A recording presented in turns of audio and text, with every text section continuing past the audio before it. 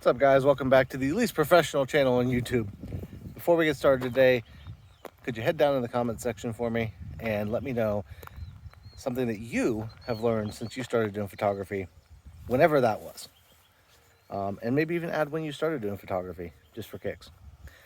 So today's video, I want to do something a little bit different and talk a little bit about some things that I've learned in the past month that I've been really focusing on photography.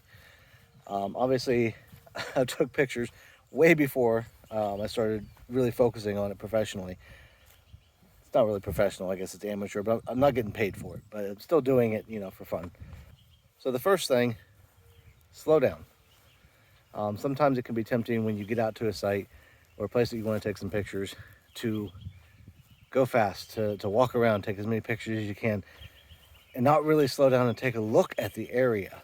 No matter where you're at, whether you're out taking landscape pictures somewhere or you're at a cemetery taking pictures of statues and headstones, it's always good to slow down and really take a look, because you'll catch the small little things. A great example of this is when my wife and I went to Metro Park about 3 weeks ago, 2-3 weeks ago, and we were walking through and I was looking for stuff to take pictures of, and we were kind of taking our time. I was practicing that idea of taking your time, and we actually saw a woodpecker on a log not too far up the trail, and if we'd been going faster and trying to just rush through it, we would have completely missed that. And because we were taking our time, I was able to get a great shot of a woodpecker. But it's something that you have to learn this stuff. You have to take your time. It takes a long time to get good at photography and to learn all there is to know about it. A month in, I'm not going to be an expert. But this is all about sharing the journey as I'm learning it and passing along what I learn as I go. Number 2, take lots and lots of photos. The more photos, the better.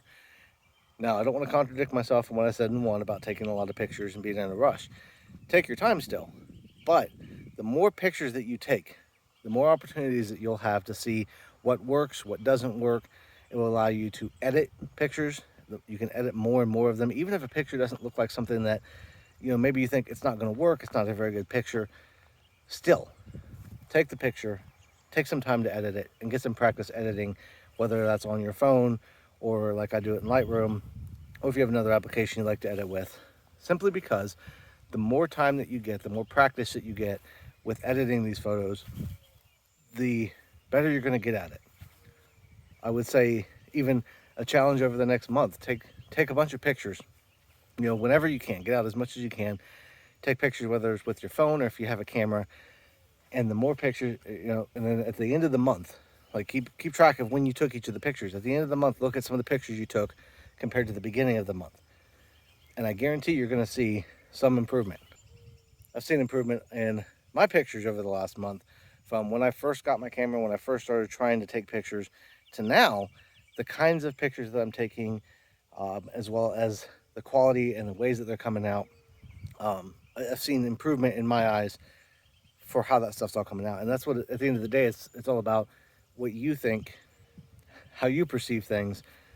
Because while it's nice to get likes on Facebook or Instagram, likes aren't everything. If you're not happy with it, even if it gets 1 million likes, if you're not happy with it, it's not a good picture.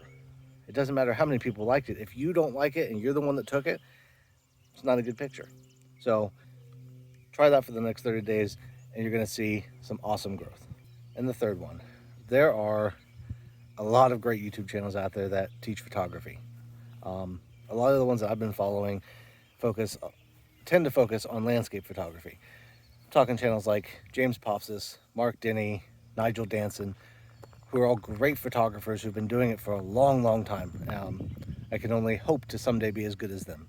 But there's a lot of times that they're giving out advice. They're trying to share things that you should try and things that you should do as a landscape photographer. You don't always have to listen to every piece of advice that they hand out. They're handing out that advice because they want to help you become a better photographer. But sometimes that advice doesn't always help you get the pictures that you want to get. Whether it's advice about lighting or what you should have in focus, that kind of stuff. you don't have to emulate and do everything they do. Just because they took it doesn't mean you have to take it. If, say Mark Denny, I'll use him as an example. He goes out and takes a great landscape shot and he shares it in a video. You see that video and you're like, oh my God, this is such a great landscape shot. And then you go to try to emulate it, but you don't have any hills or mountains. You don't have any beautiful lake vistas to look over near your home. And you wind up not being able to get a picture like that. Or you do get a picture kind of like that, but it comes out fuzzy or it doesn't come out right. That can be really discouraging. If you're comparing it, I'm not saying don't take that picture, but if you're comparing it to their pictures, you're going to be disappointed a lot of the time because their pictures, they've had years of experience.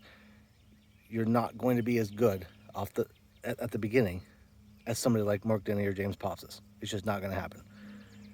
It takes time. It takes years of experience. So, take their advice for what it is. Little things that you can learn from them, and me as well. But don't make it the golden standard, because there's so many different ways, and photography is all about what you want and what you like. So with that being said, I'm going to go ahead and end the video here. I want to thank you all for watching. And remember that 30-day challenge. Go out, take pictures every day for 30 days, or as many days as you possibly can. Take as many pictures as you can, edit them up, play around with them a little bit. And then if you share them somewhere publicly, share that down below as well. If you like the video, hit that thumbs up button, hit the subscribe button, and make sure to leave a comment down below letting me know something that you have learned since you started photography. See you all later.